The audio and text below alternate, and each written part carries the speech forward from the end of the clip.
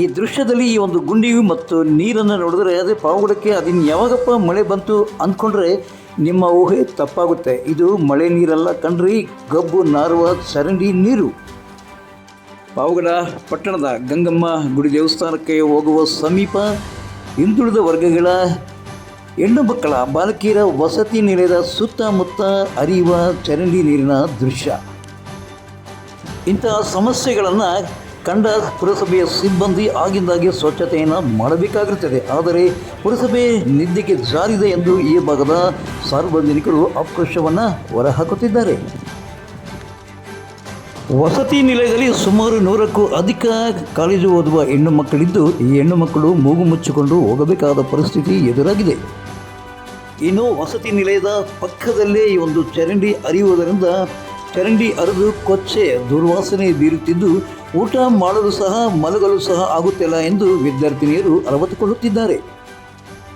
ಇನ್ನು ಈ ಒಂದು ಸಮಸ್ಯೆಯನ್ನು ಅನಾವರಣಗೊಳಿಸಿ ಈ ಭಾಗದ ವಕೀಲರಾದ ಪ್ರಭಾಕರ್ ಅವರು ಆಕ್ರೋಶವನ್ನು ಹೊರಹಾಕಿದ್ದು ಹೀಗೆ. ಇದು ಹಾಸ್ಟೆಲ್ ಹೆಣ್ಮಕ್ಳು ಇಲ್ಲೇ ಊಟ ಮಾಡೋದಾ? ಊಟನ ಮತ್ತೆ ಇದು ಪಿ ಜಿದು ಸಮಯ ಹಾಸ್ಟೆಲ್ ಊಟ ಗೀಟ ಮಲಗೋದೆಲ್ಲ ಇಲ್ಲ. ಇಲ್ಲಿ ನಮ್ಮ ಹುಡುಗರು ತೊಂದರೆ ಆಗ್ತಾ ಇದೆ. ಕೂಲಿ ಜನಾಂಗದವರು ಹಾಗೂ ವಿದ್ಯಾರ್ಥಿಗಳು ವಿದ್ಯಾರ್ಥಿ ನಿಲಯದಿಂದ ಓಡಾಡೋ DCM ಮಾರ್ಕ್ಸಿಂದ ಓಡಾಡೋ ವಿದ್ಯಾರ್ಥಿಗಳಿಗೆ ತುಂಬ ತೊಂದರೆ ಆಗಿದೆ. ಆದರೆ ನಾವು ಸುಮಾರು ಸಲ ಅವ್ರಿಗೆ ಮುನ್ಸಿಪಾಲ್ಟಿ ಅವ್ರಿಗೆ ಇದ್ರ ಬಗ್ಗೆ ಹೇಳಿದ್ದೀವಿ. ಅವ್ರು ಬಂದು ಅಳತೆ ಮಾಡ್ಕೊಂಡು ಹೋಗೋದು, ಟೆಂಡರ್ ಕರಿತೀವಿ ಮಾಡಿಸ್ತೀವಿ ಅಂತ ಇಲ್ಲಿ ಜನಗಳಿಗೆ ಒಂದು ಸಬು ಹೇಳಿ ಹೊರಟು ಹೋಗ್ತಾ ಇರ್ತಾರೆ. ಯಾವುದೋ ಒಂದು ಗ್ರಾಂಟ್ ಆಗುತ್ತೆ ಆ ಗ್ರಾಂಟಲ್ಲಿ ಹಾಕ್ತೀವಿ ಅಂತ ಹೇಳ್ತಾರೆ ಸರ್. ಆದರೆ ಇದರಲ್ಲಿ ವಿಶೇಷವಾಗಿ ಮುನ್ಸಿಪಾಲ್ಟಿನವ್ರಿಗೆ 50,000 ರೂಪಾಯಿ ಒಳಗಡೆ ಏನಾದರೂ ಕಾಮಗಾರಿ ಮಾಡಿಸ್ಬೇಕಂದ್ರೆ ಅವ್ರಿಗೊಂದು ಅಧಿಕಾರ ಇದೆ.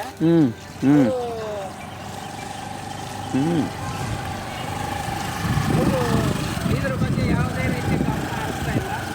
ಏನೋ ಒಂದು ಸಬು ಹೇಳಿ ಇದ್ರ ಬಗ್ಗೆ ಗಮನ ಹರಿಸ್ತಾ ಇಲ್ಲ. ಈ ಒಂದು ದಾರಿಯಲ್ಲಿ ತುಂಬ ಜನಗಳಿಗೆ ಸಾರ್ವಜನಿಕರಿಗೆ ತೊಂದರೆ ಆಗ್ತಾ ಇದೆ.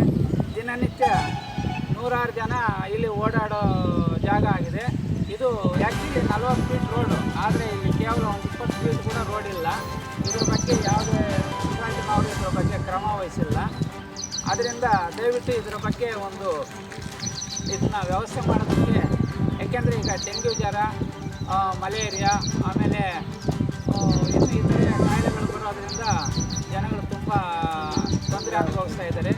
ಇಲ್ಲಿ ಹೆಚ್ಚಿನದಾಗಿ ಬಡವರು, ಕೂಲಿ ಕಾರ್ಮಿಕರು ಹಾಗೂ ವಿದ್ಯಾರ್ಥಿಗಳು DCM ಮಾಸ್ಟರ್ಗೆ ಇಲ್ಲಿ ಸೇರಿರ್ತಕ್ಕಂಥ 100 ಜನ ವಿದ್ಯಾರ್ಥಿನಿಯರು ಓಡಾಡೋ ಜಾಗ ಆಗಿರುತ್ತೆ. ಆದರೆ ಇದ್ರ ಬಗ್ಗೆ ಯಾವುದೇ ಒಂದು ಕ್ರಮ ತೆಗೆದುಕೊಂಡಿಲ್ಲ. ಸಿಕ್ಕಾಪಟ್ಟಿ ವಾಸನೆ ಇಲ್ಲಿ ನಿಂತ್ಕೊಳ್ಳೋಕ್ಕಾಗ್ತಾ ಇಲ್ಲ ನಮಗಿಲ್ಲಿ. ಜಾಸ್ತಿ ವಾಸನೆ ನಿಂತ್ಕೊಳ್ಳೋಕ್ಕಾಗಲ್ಲ. ರವಿ ಸಾಹೇಬ್ರು ಹೇಳ್ತಾನೆ ಇರ್ತಾರೆ, ಕೇರೆ ತಗೊಂಬಲ್ಲ ಅಲ್ಗೂ ರವಿ ಅವರು ಎಕ್ಸ್ ಕೌನ್ಸಿಲರ್ ಪಾಪ ಅವ್ರು ಹೇಳ್ತಾರೆ.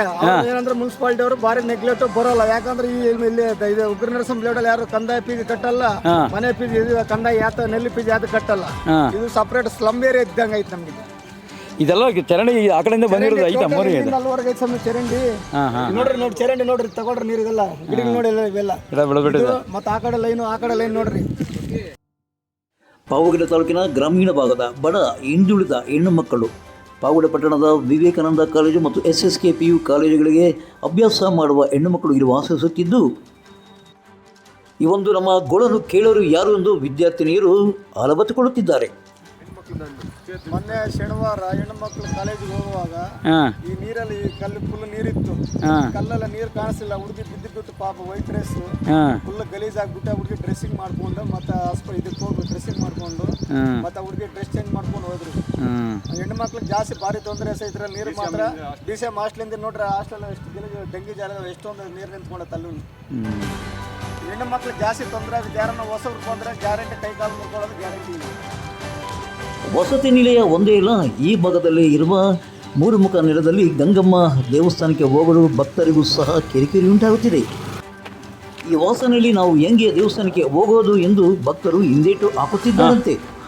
ಎಲ್ಲಿ ಬರ್ತಿದೆ ಚರಂಡಿ? ಇದು ಮೂರುಮುಖ ಗಂಗಮ್ಮ ಗುಡಿ ಹಿಂಭಾಗ. ಇವರು ಮುನ್ಸಿಪಲ್ ಚೀಫ್ ಆಫೀಸರ್ ಎಷ್ಟು ಹೇಳಿದ್ರು ಕೂಡ ಚರಂಡಿ ಕ್ಲೀನ್ ಮಾಡಲ್ಲ, ಏನೆಲ್ಲ ಒಬ್ರು ಹೆಲ್ಪರ್ ಕೂಡ ಬರಲ್ಲ ಇಲ್ಲಿಗೆ. ಹೇಳಿದಿರಾ ನೀವೆಲ್ಲ ಹೇಳಿದಿರಾ? ಹೇಳಿವಿ ಸ್ವಾಮಿ ನಾವು ಅವ್ರಿಗೂ. ಹಾಂ ಮತ್ತೆ ಹೇಳಿದ್ರು ಕೂಡ ಬರ್ತೀವಿ, ಇವಾಗ ಬರ್ತೇವೆ, ನಾಳೆ ಸುಮ್ಮನೆ ಇಬ್ರು ಬರ್ತಾರೆ, ಸುಮ್ಮನೆ ಹಿಂಗೆ ಅಲ್ಲಾಡ್ತಾರೆ ಹೋಗ್ಬಿಡ್ತಾರೆ ಅವರು. ಇಲ್ಲೆಲ್ಲ ಹುಡುಗರಿಗೆಲ್ಲ ಡೆಂಗ್ಯೂ ಜ್ವರ ಮತ್ತೆ ಜ್ವರ ಬಂದ್ಬಿಟ್ಟು ಎಲ್ಲ ಹುಡುಗರೆಲ್ಲ ನೋಡಿ ಎಲ್ಲ ಹಾಸ್ಪಿಟಲ್ ಹೋಗಿದ್ದಾರೆ ಎಲ್ಲ. ಇದು ನೀರು ಚರಂಡಿ ಹೊಸಾಗಿ ಮಾಡಿರೋದ ಸ್ಲಾಬ್ ಚರಂಡಿ ಇದು? ಸ್ಲಾಬ್ ಮಾಡಿ ನೀರು ಹೋಗಲ್ವಾ? ನೀರು ಹರಿಯಲ್ಲ ಮುಂದಕ್ಕೆ ಹೋಗಲ್ವಾ? ಫುಲ್ ರೋಡ್ ಇವ್ರು ಕರೆಕ್ಟ್ ಕ್ಲೀನ್ ಮಾಡಿದ್ರಲ್ಲ ಸರ್ ಹೋಗೋದು ನೀರಿಗೆಲ್ಲ. ಹಾಂ ಹಾಂ ಹಾಂ ಹಾಂ ಹಾಂ